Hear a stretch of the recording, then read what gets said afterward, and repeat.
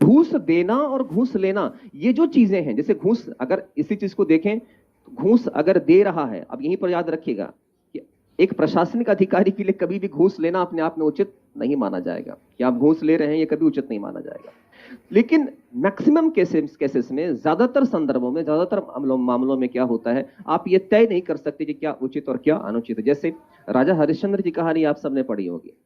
राजा हरिश्चंद्र के समक्ष एक तरफ जब वह शमशान घाट में बिक जाते हैं और शमशान घाट में के सारे दायित्वों का वह पालन करने लग जाते हैं और उनका पुत्र आ जाता है जिसकी मृत्यु हो गई है, तो आप देखिएगा उस वक्त उनके लिए कितना बड़ा नैतिक द्वंद्व है। एक तरफ पुत्र के कफन के लिए उनकी पत्नी जो है आग्रह कर रही है, लेकिन दूसरी तरफ राजा हरिश्चंद्र कह रहे हैं जब तक तुम नहीं चुकाओगे तब तक हम इसका दाह संस्कार करने की अनुमति नहीं देंगे। इससे बड़ा डायलेमा संसार में क्या हो सकता है। अगर राम के जीवन की तरफ आप दृष्टिपात करिए तो आपको पता चलेगा कि सीता त्याग करके अयोध्या आती हैं और राजा राम बन जाते हैं। तो एक प्रसंग में ऐसी व्याख्या की गई है कि कोई व्यक्ति अपनी पत्नी के 24 घंटे घर से बाहर रहने पर और जब पत्नी वापस आती है तो कोई एक नागरिक कहता है, क्या मुझे राजा राम समझ रखा है, जिसने 14 साल जिसने वर्षों अपनी पत्नी के बाहर रहने पर भी उसे स्वीकार कर लिया, मैं राजा राम नहीं हूं। तो देखिएगा, राम एक प्रशासक और प्रशासक की प्रतिबद्धता है प्रत्येक नागरिक की संतुष्टि। राम के सामने जैसे ही, और राम राज्य का मतलब था अंतिम व्यक्ति तक विकास, अंत्योदय, अंतिम व्यक्ति तक विकास, and to the last person. Ram Rajya में एक भी व्यक्ति असंतुष्ट रहे तो राम की संकल्पना विफल हो गई। में एक व्यक्ति के ऊपर द्वंद्व आता है तो अब क्या है, नागरिक असंतुष्ट है, जनता असंतुष्ट है, दूसरी तरफ पत्नी खड़ी है, दोनों उचित में से किसी एक उचित का चुनाव करना है। तो मैं ये समझाना चाह रहा हूं आप सबको कि जब भी आप किसी केस में डिसीजन लेंगे तो उस डिसीजन की परिस्थिति में क्या होगा, दो उचित में से किसी एक उचित का चुनाव करना पड़ेगा।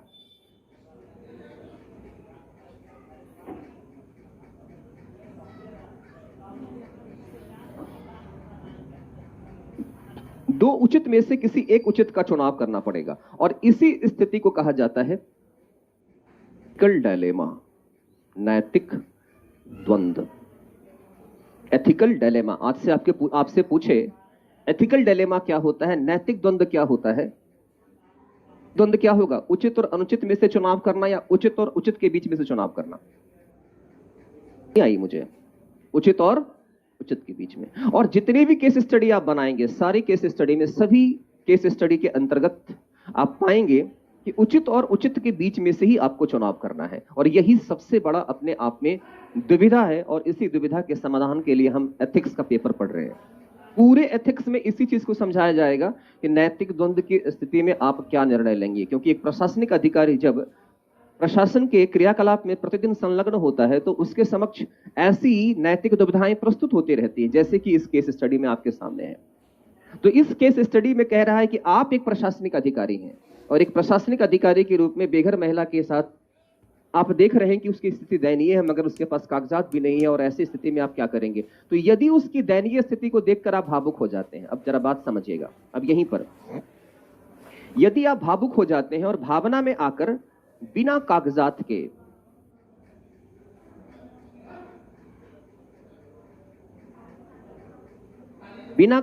के सेवा, बिना डॉक्यूमेंटेशन के आपने क्या किया, सर्विस दे दिया, तो इस प्रकार के निर्णय को आप कैसा निर्णय कहेंगे, तार्किक निर्णय या भावना परक निर्णय। यह भावना परक निर्णय है।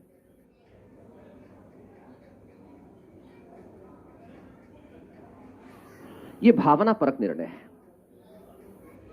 लेकिन ठीक इसके विपरीत,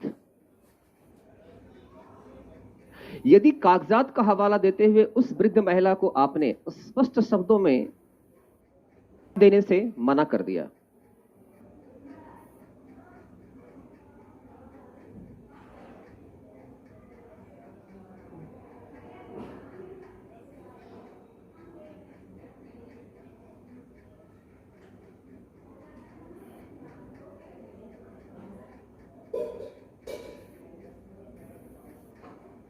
यह कैसा निर्णय है, भावनात्मक निर्णय है या तार्किक?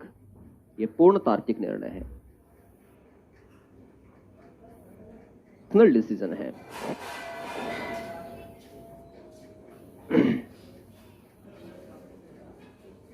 क्या स्पष्ट हो रहा है? इससे एक बात का स्पष्टीकरण हो रहा है कि निर्णय भावनापरक भी हो सकता है और निर्णय कैसा हो सकता है? तार्किक भी हो सकता है। कुछ निर्णय कंप्लीट रैशनल हो सकते हैं, कुछ निर्णय कंप्लीट इमोशनल होते हैं। आप सब अपनी जिंदगी में जिस उम्र के जिस पड़ाव पर खड़े हैं, सबको मोहब्बत होता है, सबको प्यार होता है, और प्यार मोहब्बत ना हो तो इसका मतलब कुछ केमिकल लोचा है, इलाज करवाना चाहिए। इसका मतलब आप सामान्य नहीं है, भावना अंदर से नहीं आ रही है तो आप डॉक्टर से दिखवाइए। तो अगर आपको प्रेम होता है तो प्रेम क्या है? प्रेम तार्किक स्थिति नहीं है, प्रेम क्या है? भावनापरक स्थिति है। मगर यूपीएससी के प्रश्न क्या है? भावनात्मक है या तार्किक है? सबके लिए एक समान है, आपको उसका समाधान करना पड़ेगा। यूपीएससी और उनके बीच, प्रियतमा और प्रियतम दोनों के बीच में बात कर रहा हूं, लड़के लड़कियों दोनों के लिए बात कर रहा हूं। हम दोनों के बीच में फंस जाते हैं क्योंकि प्रियतमा और प्रियतम भी उचित है, उसे अनुचित कैसे माना जा सकता है? जब हमारे आराध्य भगवान श्री कृष्ण ने ही प्यार किया तो आप सब तो उसके करने के हकदार ही हैं। होता है ये भावना परक है। दूसरी तरफ यूपीएससी खड़ी है जिससे कि रोजी रोटी और समाज की सेवा की तरफ आप बढ़ेंगे, वो तार्किक है। और तार्किकता कहने का सेंस है यूनिवर्सल। यूनिवर्सल कहने का मतलब यूपीएससी के द्वारा पूछे गए जितने भी प्रश्न हैं सबके लिए अलग अलग होंगे, एक समान होंगे, एक समान होंगे। क्राइटेरिया फिक्स है, आपको उस क्राइटेरिया के अकॉर्डिंग क्या करना है? अपना परफॉर्मेंस देना है। तो ऐसी स्थिति में क्या होता है? कंप्लीट इमोशनल और कंप्लीट रैशनल क्या होते हैं? दोनों तरह के लोगों की जिंदगी में समस्याएं आती हैं। क्या होती है? अगर कंप्लीट इमोशनल जो है वो क्या करेगा? पढ़ाई लिखाई को साइड करेगा, रात दिन उनके लिए कविताएं लिख रहा है, उनके लिए पिज्जा बर्गर ले जा रहा है, कई लोग सब्जी उब्जी भी ढोने लग जाते हैं, कई लोग कपड़ा भी धो देते हैं जाकर के। मैं ऐसी भी मोहब्बत की दास्तानें सुनने को मिलती है, पूरी जिंदगी न्यौछावर करते हैं, 24 घंटा इसी पे रहते हैं कि बस तू सुंदरी बाकी सब बंदरा बंदरी। तो ऐसे कंडीशन में अगर कोई डूबा हुआ है, माता पिता के प्रति कर्तव्य, समाज के प्रति कर्तव्य, अपने कर्तव्यों के प्रति जो आपकी सजगता है, सबको परित्याग देते हैं और उनके बाहों में और उनके आगोश में आप प्रतिदिन अपना समय व्यतीत कर, ये भावना परक डिसीजन है। इसी में दूसरा रैशनल है, जो किसी से अगर प्रेम हो गया और आपकी पढ़ाई का नुकसान हो रहा है। कल ही एक व्यक्ति से मेरी परिचर्चा हो रही थी तो वो कह रहे थे, सर मैं परेशान हो गया हूं, मैं बहुत प्यार करता हूं, मैं परेशान हो गया हूं, रोज झिक झिक से परेशान हो गया हूं, आप मुझे सोल्यूशन दीजिए, अगर होगा तो आज के अभी छोड़ देंगे हम। तुम आदमी हो कि जानवर हो? कह रहे हो प्यार है सर, मैं उसके बिना रह नहीं सकते। दूसरे पल कह रहे हो कि नहीं सर, अपने पढ़ाई के लिए अभी के अभी छोड़ देंगे, आप बस मुझे बताइए मुझे करना क्या है। एक बात जरा सोचिएगा, गलत नहीं कह रहा है। अपनी पढ़ाई के लिए क्या करेगा? वो प्रेम को त्याग देगा। कंप्लीट रैशनल है वो, है कि पढ़ाई आपसे प्रश्न उत्तर की मांग करेगा और वैसी स्थिति में आपके पास सक्षमता होनी चाहिए उन प्रश्नों के समाधान के लिए। तो अगर कोई व्यक्ति क्या है कि पूर्णतः उनका परित्याग कर देता है, लड़की कह रही है, कह रहा है लड़की लड़का दोनों सुसाइड कर लेंगे। आया था एक लड़के ने फोन किया, कहा कि सर संगम के किनारे चली गई है और कह रही है कि डूब के मर जाएंगे, करिए। कहा ये बताओ तुम्हें बोल के गई है डूब के मरेंगे? 3 बार कॉल कर चुकी, कह रही है कि डूब के मर जाएंगे, हम सोच लिए हैं। और हर आधे घंटे पर यही कह रही है डूब के मर जाएंगे। मैंने कहा निश्चिंत रहो, नहीं डूबेगी। इसे सर कहा जो डूबने वाले होते हैं बोलते नहीं, छलांग मार देते हैं। आधे घंटे भी तुम्हें इसलिए बोल रही कि तुम आओ और उसको बचाओ। देखें गांव घर में ऐसे होते हैं कि जब वो लड़ाई कर रहे होते हैं तो यही चाहते हैं कोई हाथ पकड़ के पीछे से कहे भैया मत मारो मत मारो मत मारो, क्योंकि जिसको मारना होता है वो मार के चला आता है। तो ऐसी स्थिति में क्या है, अगर आप देखेंगे तो एक व्यक्ति क्या कर रहा है कंप्लीटली अपने लाइफ में, आप क्या करेंगे? किसी का परित्याग कर देंगे और अपने की तरफ मुड़ जाते हैं और उनको मरने देते हैं, उनको रोने देते हैं, उनको बर्बाद हो जाने देते हैं। इस प्रकार के निर्णय को तार्किक कहा जाएगा, रैशनल कहा जाएगा, कंप्लीट रैशनल है आप वास्तविकता के, तब आप श्री राम के दर्जे पर आ जाएंगे। तो इसका मतलब है ना कंप्लीट इमोशनल डिसीजन कभी राइट होता है और ना कंप्लीट रैशनल डिसीजन कभी राइट होता है। पूर्ण तार्किक निर्णय उचित नहीं हो सकता है, पूर्ण तार्किक निर्णय उचित नहीं हो सकता है, पूर्ण भावना परक भी निर्णय नहीं हो सकता। मगर एक बात याद रखिएगा, मैंने भी एक चीज सिखाया आपको, एथिक्स में कुछ भी राइट एंड कुछ भी रॉन्ग नहीं होता है।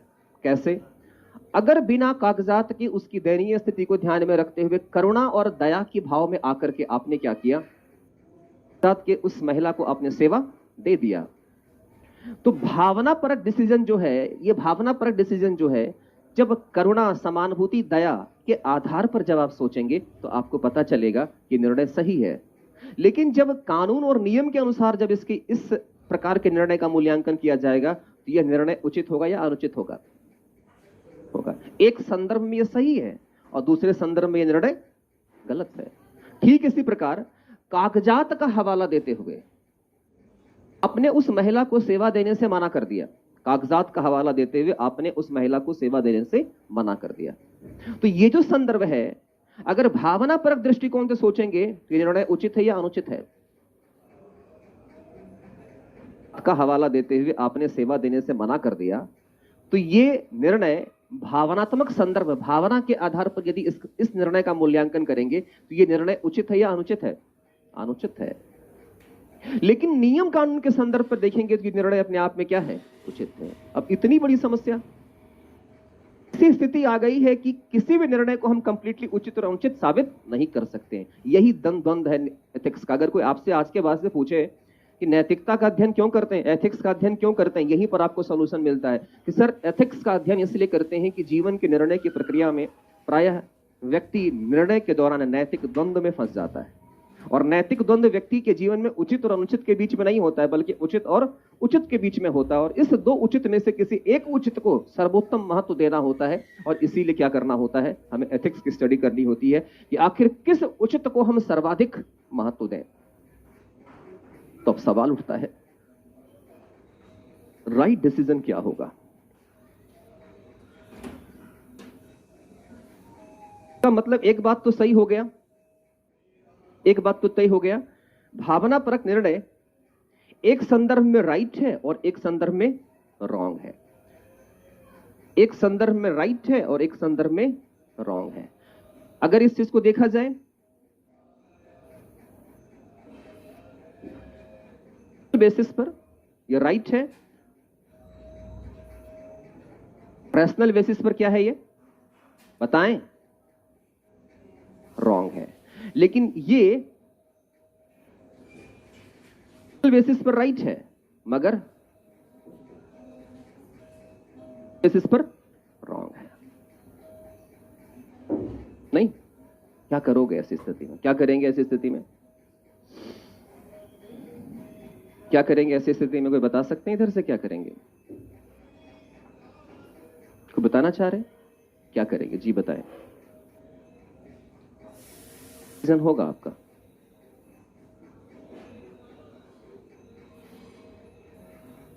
सुनाई नहीं पड़ रहा है, थोड़ा मुंह से नीचे करके बोलिए। हाँ,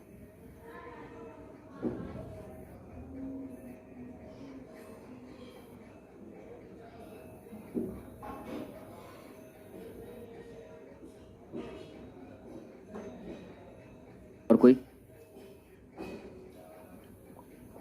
बैठिए। एक भाई साहब पीछे उठे हैं पहले। हाँ सर बताएं। नहीं पड़ रही, आगे से बताएं।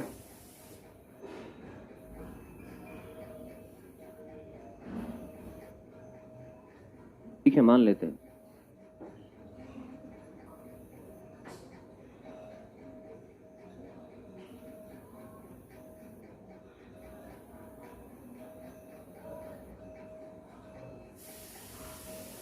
आवाज नहीं आई, बैठ जाइए।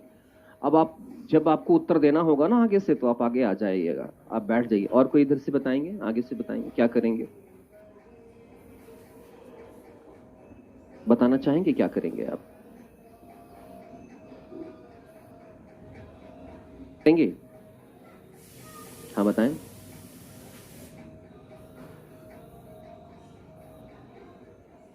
प्रदान कर देंगे, कुछ समय के बाद कागजात की मांग करेंगे। और कुछ किसी के दिमाग में कुछ ऐसा? अच्छा, कितने लोग कहते हैं कि हम उसे सेवा प्रदान कर देंगे और फिर बाद में कागजात बनवाएंगे?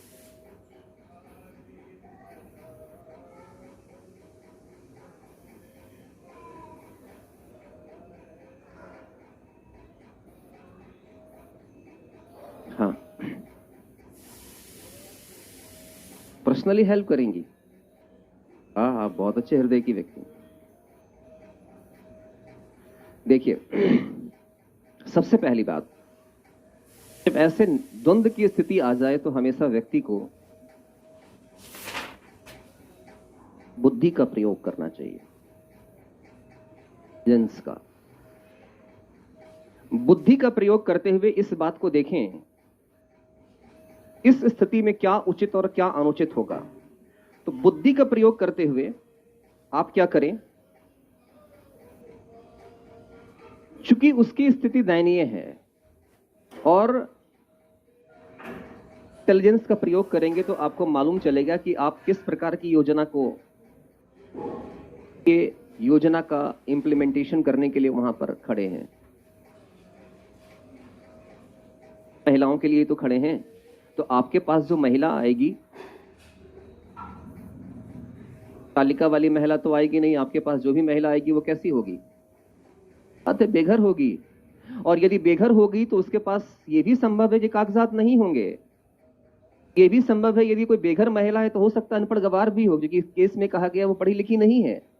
इसका मतलब उसके पास कागजात इसलिए नहीं है कि वह इस सेवा को इग्नोर कर रही है, बल्कि वह नहीं जानती है, उसे कुछ भी पता नहीं है। तो एक बात बताइए, एक सिविल सेवक होने के नाते, एक पदाधिकारी होने के नाते आपका क्या दायित्व है? आपका दायित्व है न्याय की स्थापना करना।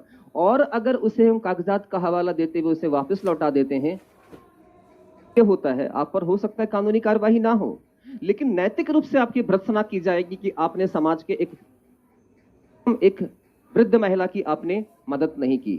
कानूनी रूप से आप पर कार्रवाई नहीं की जाएगी, लेकिन ठीक इसके विपरीत यदि आपने कागजात के बिना उस महिला की अगर हेल्प कर दिया, आप पर क्या किया जाएगा? कानूनी कार्रवाई की जाएगी।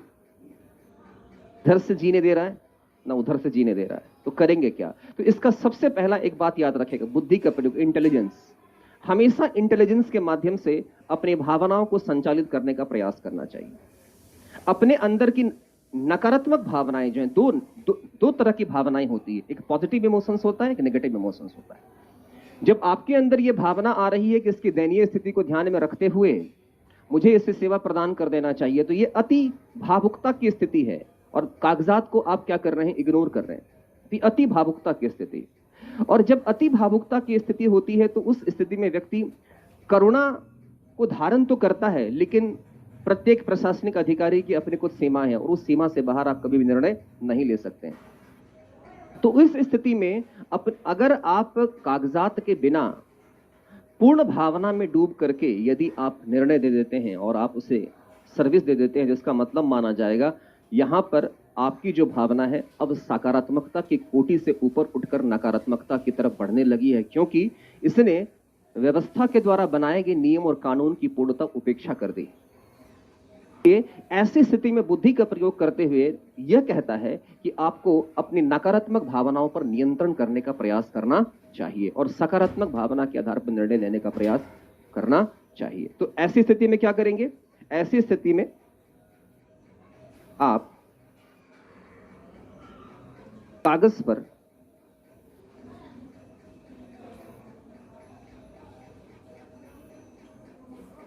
लगवाएंगे,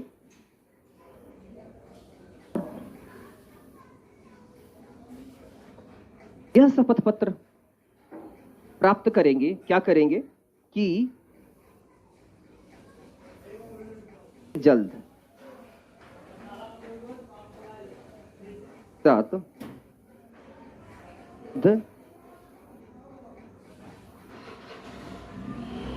करा दिया जाएगा। एक डॉक्यूमेंट्स आप टाइप करेंगे जिसमें यह लिखा होगा, उस वृद्ध महिला को आप समझा देंगे कि इसमें यह लिखा है और आप इस पर अंगूठा लगा दीजिए। अब अंगूठा लगवाने की बात क्यों कह रहे हैं? क्योंकि केस स्टडी कहता है वो महिला पढ़ी लिखी है, अनपढ़ है। और उसके पश्चात क्या करेंगे?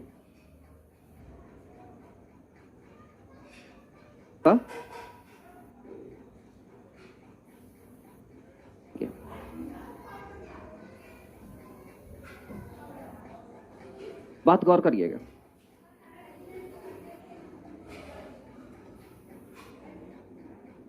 आप क्या देख रहे हैं? अगर आप यहां पर देखिएगा, यहां पर कागजात उपलब्ध कराने की जो बात की गई है, ये कागजात क्या है? जब आप किसी भी डॉक्यूमेंट्स पर किसी भी व्यक्ति का हस्ताक्षर ले लेते हैं या अंगूठा लगवा लेते हैं, तो वह अपने आप में एक कागजात के रूप में आपके सामने आ जाता है, रिटर्न फॉर्म में आपके पास आ जाता है।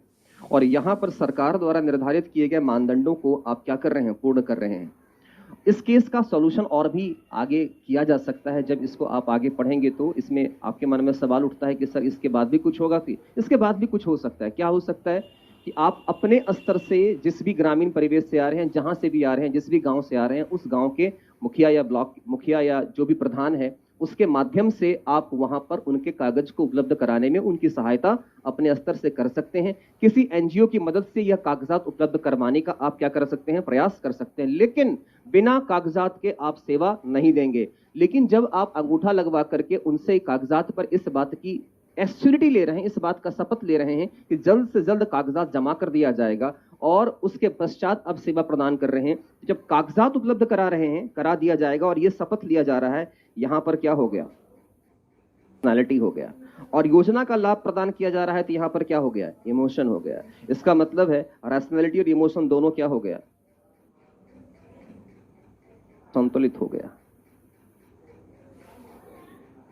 यहां तर्क और भावना दोनों आपस में क्या हो गया? संतुलित हो गया, बैलेंस्ड हो गया।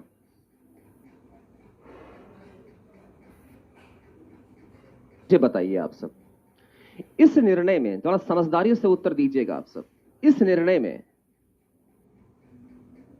हमने दो चैलेंज था, एक चैलेंज था भावना और दूसरा चैलेंज था तर्क। दो चुनौतियां थी, दोनों में से किसी एक का चुनाव करना था। लेकिन एक बात बताइए, एक उम्मीदवार के रूप में जब आप निर्णय ले रहे हैं तो उस निर्णय की प्रक्रिया में आपके अंदर की भावना और आपके अंदर का जो तर्क है वो दोनों एक दूसरे के सामने खड़ा है। लेकिन इस निर्णय की प्रक्रिया में आपने प्रधानता किसको दी है? भावना को दी है या तर्क को दी है? हाँ? दूसरा सवाल मैं आपसे करता हूं, ये बताइए इस पूरे निर्णय की प्रक्रिया में डिसीजन मेकिंग प्रोसेस को रेगुलेट किसने किया? इमोशन ने चलाया या रैशनैलिटी ने? डिसीजन मेकिंग प्रोसेस का बागडोर, या हम ऐसा कहें इस पूरे डिसीजन मेकिंग प्रोसेस में जो गाड़ी की स्टीयरिंग है किसके हाथ में? इमोशंस के हाथ में या रैशनैलिटी के हाथ में? इसने आपको मना किया कि नहीं तुम भावना परक नहीं होगे। कानून और नियम ने कि तुम नियम और कानून के दायरे से बाहर काम नहीं कर सकते। और इस पूरी प्रक्रिया में किसने आपको हेल्प किया? इस पूरी प्रक्रिया में आपको हेल्प किया इंटेलिजेंस ने, बुद्धि ने। बुद्धि क्या होता है? इंटेलिजेंस क्या होता है? या बुद्धि हम कह सकते हैं, या हिंदी में इसे सोचने समझने की क्षमता कहते हैं। इसका मतलब होता है किसी भी समस्या के समाधान करने की क्षमता, किसी भी समस्या के संदर्भ में समझने बुझने की जो क्षमता होती है उसे हम इंटेलिजेंस कहते हैं। सामान्य समझा, आपने सांप देखा, आप उछल के पीछे उठ के बैठ गए। गाड़ी आ रही है, आप साइड हो जाते हैं। लाल बत्ती देखे, रुक गए। ये सामान्य समझबूझ होता है। तो इसका मतलब एक बात जरा समझिएगा, इस पूरी निर्णय की प्रक्रिया में हमने क्या देखा? ना ही पूर्ण रूप से भावनात्मक निर्णय सही होता है, ना ही पूर्ण रूप से तार्किक निर्णय सही होता है। इसका मतलब है सही निर्णय उसे ही माना जाएगा जहां पर भावना और तर्क दोनों के बीच में क्या होना चाहिए?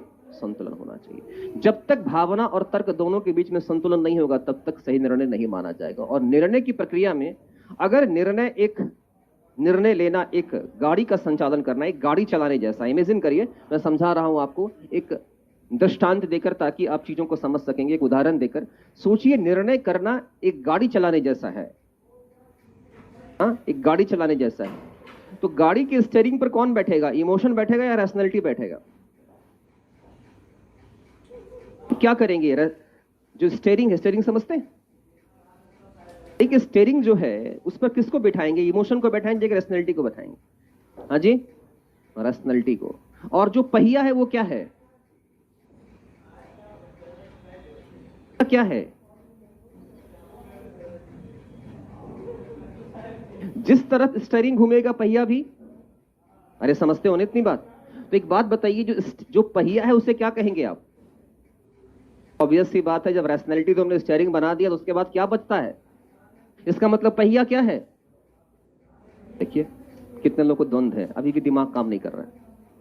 हमारे पास दो फैक्टर है, एक फैक्टर क्या है? एक फैक्टर है हमारे पास कि एक है रैशनैलिटी, एक है इमोशन। और जब मैं ये कह दे रहा हूं कि गाड़ी का स्टीयरिंग आप रैशनैलिटी के हाथ में दे देंगे तो पहिया क्या होगा?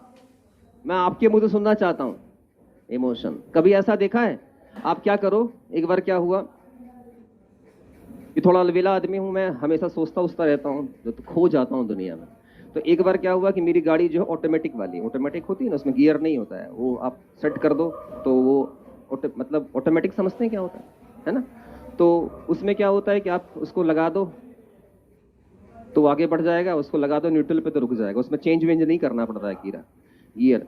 तो घर के सामने मैंने लगा दिया और उसको डाल दिया, वो क्या बोलते हैं उसको जिस पर ऑटोमेटिक गाड़ी आगे बढ़ने लग जाती है,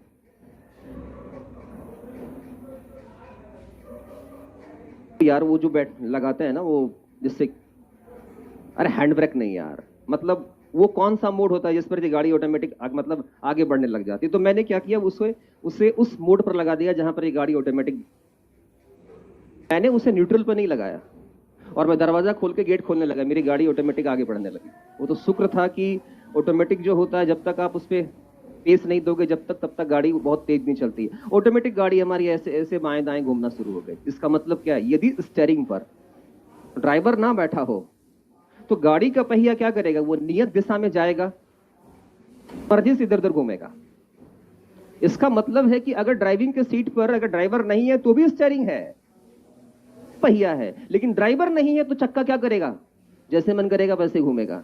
इसका मतलब है कि उस व्हील पर नियंत्रण, उस चक्के पर नियंत्रण किसका होना चाहिए, स्टीयरिंग के माध्यम से होना चाहिए। तो अगर जीवन, अगर यह शरीर एक गाड़ी है, अगर एक कार है, तो इसकी स्टीयरिंग पर किसको बिठाएंगे, क्योंकि आप ही के अंदर भावना है और आप ही के अंदर तर्क है, आप ही के अंदर इमोशन है और आप ही के अंदर रैशनैलिटी है। तो आप अगर अपना बागडोर चक्के के भरोसे छोड़ देंगे तो क्या करेगा, गाड़ी आपकी इधर उधर जाएगी, ठोकर मारेगी, दुर्घटनाग्रस्त हो जाएगी, जो जीवन में होता है। लेकिन उसी में से यदि आपके उस गाड़ी का स्टीयरिंग किसके हाथ में हो, या रैशनैलिटी, तो यदि रैशनैलिटी चलाएगा, रैशनैलिटी आपको बतलाएगा, क्या बतलाएगा कि ये जो कर रहे हो, लाल बत्ती आ गई रुक जा, रैशनैलिटी बताएगा रुक जा, 50 से ज्यादा स्पीड बढ़ेगा तो क्या कट जाएगा, तुम्हारा चालान कट जाएगा। दिल्ली में नियम है 50, कई ऐसे रेस्ट्रिक्टेड एरिया है कि 50 से जैसे आगे बढ़े ऑटोमेटिक चालान कट जाएगा आपका, और आपकी गाड़ी बतलाने लग जाएगी कि 50 वाले एरिया में आ गए और तुम गाड़ी तेज मत चलाओ। तो उस वक्त आप क्या करेंगे, उस वक्त स्टीयरिंग पर खड़ा हुआ व्यक्ति क्या करता है, आपकी गाड़ी को 45, 47, 48 पर रखता है, स्लो हो जाती है ऑटोमेटिक। तो इसका मतलब एक बात क्या समझा रहा है, ये चीज बतला रहा है कि जिस तरह एक गाड़ी का सही संचालन स्टीयरिंग पर बैठे हुए व्यक्ति के व्यक्तित्व पर निर्भर करता है, उसी प्रकार हम सब के जीवन का जो ये शरीर रूपी जीवन है, इसके अंदर भी दो चीज है, भावना और तर्क है। यही हम सबके जीवन में तय करता है कि हम जीवन की किन ऊंचाइयों को छू पाएंगे। तो हम सबके जीवन में जो निर्णय का आधार होना चाहिए, वो निर्णय का आधार पूर्णतः भावनाओं के भरोसे छोड़ देंगे तो वो तर्क पर हावी हो जाएगा और वो गलत निर्णय के लिए मजबूर कर देगा। इसलिए सदैव चाहिए कि बुद्धि का प्रयोग करते हुए स्टीयरिंग तर्क के हाथ में दिया जाए और उसके बाद व्हील को नियंत्रित किया जाए। इसका मतलब है निर्णय का संचालन भावना कर रहा है या तर्क, उत्तर दीजिएगा, कौन कर रहा है, उधर से भी उत्तर आना चाहिए। उधर से तो मैं सुन रहा हूं, उधर से परमात्मा सुन रहा है। बोलते हैं ना, तो वो तो एक ऐसी चीज है जो आपके अंदर है, जो आपको सुनता है। मैं इसलिए बुलवाता हूं कि बोलने से क्या होता है, मन वचन कर्म तीनों से आप इस कक्षा में विद्यमान होते हैं। जितनी चीजों का बार बार रिपीट करेंगे ना, वो चीजें आपके दिमाग में रच बस जाएगी। कैसी ऐसे विषय की तरफ हम बढ़ने जा रहे हैं कि 20 से 25 साल कभी भी नैतिकता के बारे में चर्चा नहीं किया गया, और आज 20 से 25 साल के बाद नैतिकता के विषय पर परिचर्चा किया जा रहा है। तो इसका मतलब ये आपके लिए पूर्णतः नवीन है, आपके मस्तिष्क के लिए पूर्णतः नवीन है, आपकी ज्ञान इंद्रियों के लिए पूर्णतः नवीन है। तो जब इसे आप लिख रहे हैं, बोल रहे हैं और दोहरा रहे हैं बार बार, तो धीरे धीरे इसके शब्दावली, इसके शब्द, इसके विन्यास, इसके उपागम, इसकी जितनी संकल्पनाएं हैं वो आपके मस्तिष्क में रचना बसना शुरू हो जाएगी। तो इसलिए मैं आपसे कहता हूं, इसको जब मैं पूछता हूं तो पूछने का मकसद होता है कि आपके मस्तिष्क को इस बात का सूचना देना कि आप क्लियर हैं। तो इसका मतलब है कि जब भी निर्णय लिया जाए तो निर्णय की प्रक्रिया में, उस डिसीजन मेकिंग के प्रोसेस में बागडोर किसके हाथ में होनी चाहिए, किसके हाथ में, तर्क के हाथ में। और तर्क के माध्यम से किसका संचालन होना चाहिए, और इन दोनों के बीच में मध्यस्थता कौन करेगा, इंटेलिजेंस कौन करेगा।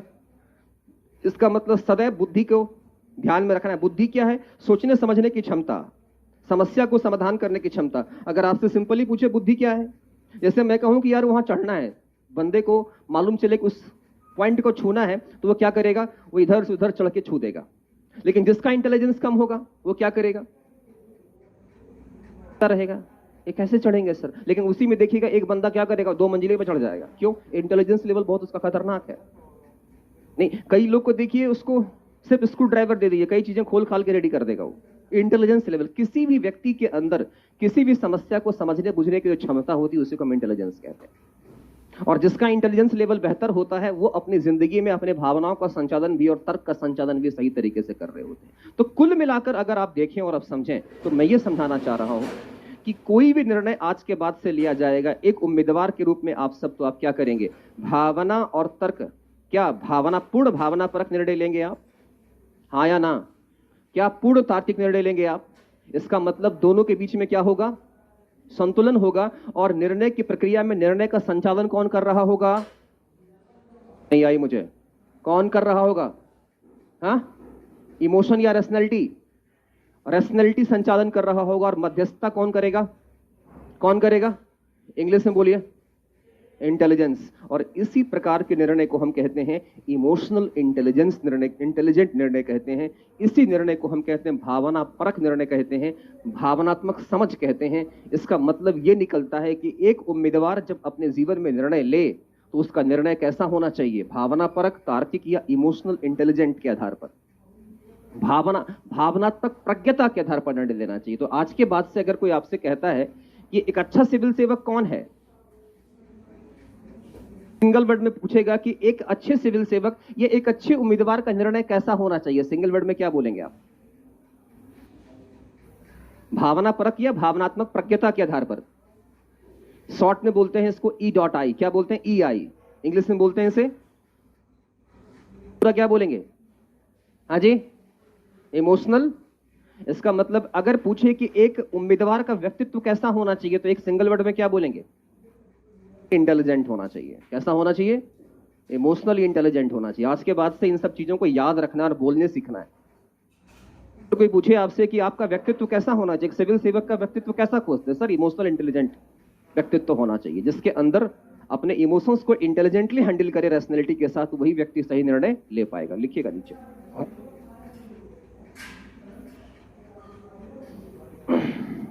उपरोक्त केस अध्ययन से यह स्पष्ट होता है कि उपरोक्त केस अध्ययन से यह स्पष्ट होता है कि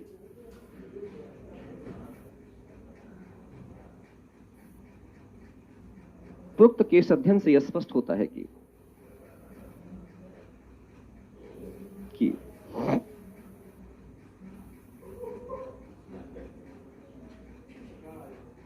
पूर्णतः भावना परक निर्णय